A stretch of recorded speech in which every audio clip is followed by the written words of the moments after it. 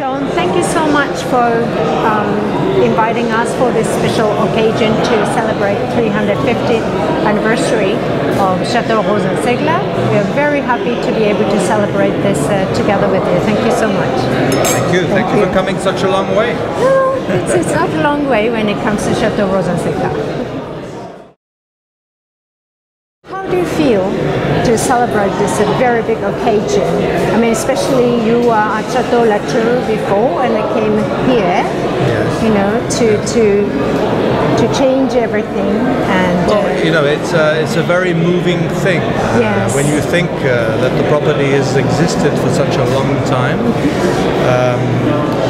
I think there's only one thing you can do is just continue to have great respect Yes. for something that has lasted for so long, Yes. and then hope that it's going to last another 350 years. You know that after my passage here, somebody else will take over, and there will be many people to follow who will be as passionate as I am and want to do their very best Yes. for Rosen Segla and keep things going.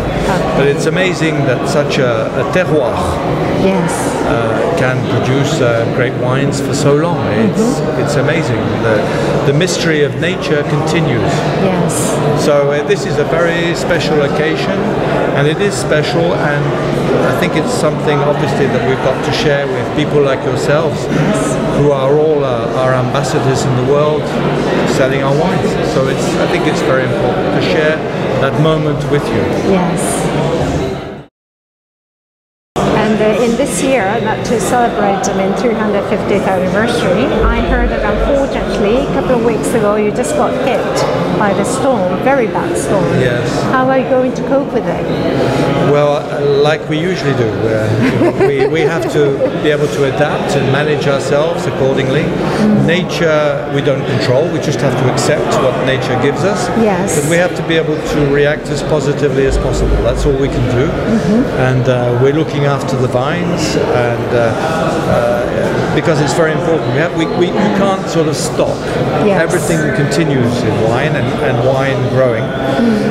We have to look after the vines now, because what is growing this year is going to give us the fruit for next year.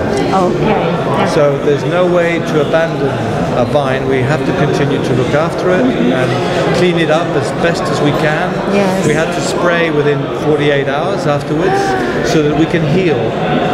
Okay. Because there were scars all over with the hail hit the vines. Yes. There's scars all over the vines. I see. We have to heal them because it's just like a human being. If you you have had lots to of scars, take an action and work on the vines immediately after the hail. that's right, exactly. We have to be able to heal as quickly as possible all those scars so that the bacteria don't jump into the vine. I see. Just like if your body had lots of scars, you wouldn't want the bacteria to jump into your blood system, etc. It's exactly the same. So, unfortunately, in the history of wine, it's great moments, but there are sad ones as well. Okay. We always have a good bottle of wine to cheer us up afterwards and give us the need to continue. We have to continue. You can't stop. Yes. Everything continues. And life is like that as well. Life continues. Very good advice. So you have to stand up and get it done. And I'm sure, I'm very small versus what's been happening in Japan in the last few months after the horrible disaster in which you lived yourself. And I think it's wonderful. This evening we're going to celebrate Japan a little bit. Thank you. Because I have a great respect for also for your way of standing up straight, of wanting to continue to fight, and we have to do exactly the same with wine. So it's something that is very symbolic for me tonight, to have this Japanese connotation this evening. We're going to drink something from Japan tonight to celebrate. Lots of collectors in Japan that have been collecting your wines, Chateau Rosen Segla and Chateau Grenon, but particularly, today I would like to ask you which vintages you would recommend to drink at the moment for these collectors, wine collectors in Japan, vintages of Rosen Segla. Well, if I go back to vintages that I didn't produce, what we're serving at the chateau at the moment is not to go back too far, but the 1983. Yes. The 1986, which is a great wine, is opening up now. That's something that people can begin to drink. Yes. And then 1988 is still relatively closed, but I would keep it a little bit more. Yes. 89 and 90 are both good. It depends on the food that you're drinking. 89 is fresher and fruitier, so you don't have food that's too rich to go with it. 1990 is better for that. It's more of an input, a more structured wine with a lot more taste, and you need something with a little bit more taste. Yes. And then going into the vintages which I've made since we've been here. First of all, 96, which is a little bit more open than 95. That needs a lot of air before you could open it. So I'd leave 95 still a little bit, and drink the 96.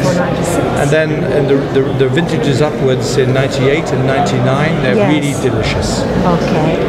2000 onwards is relatively difficult. I would still keep the wines.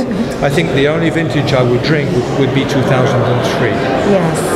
Which is a sort of atypical, exotic vintage. Yes, it was a hot year. Which is a very, very hot year, but it doesn't have sufficient acidity to last for 25 years. So I think it's something that people should begin to enjoy now over the next 10 years. Next 10 years. That's the only one I would pick out. All the other vintages in the years 2000, personally I would keep, but it's easy for me to say because I've got old vintages to drink in the cellar as well. That's right.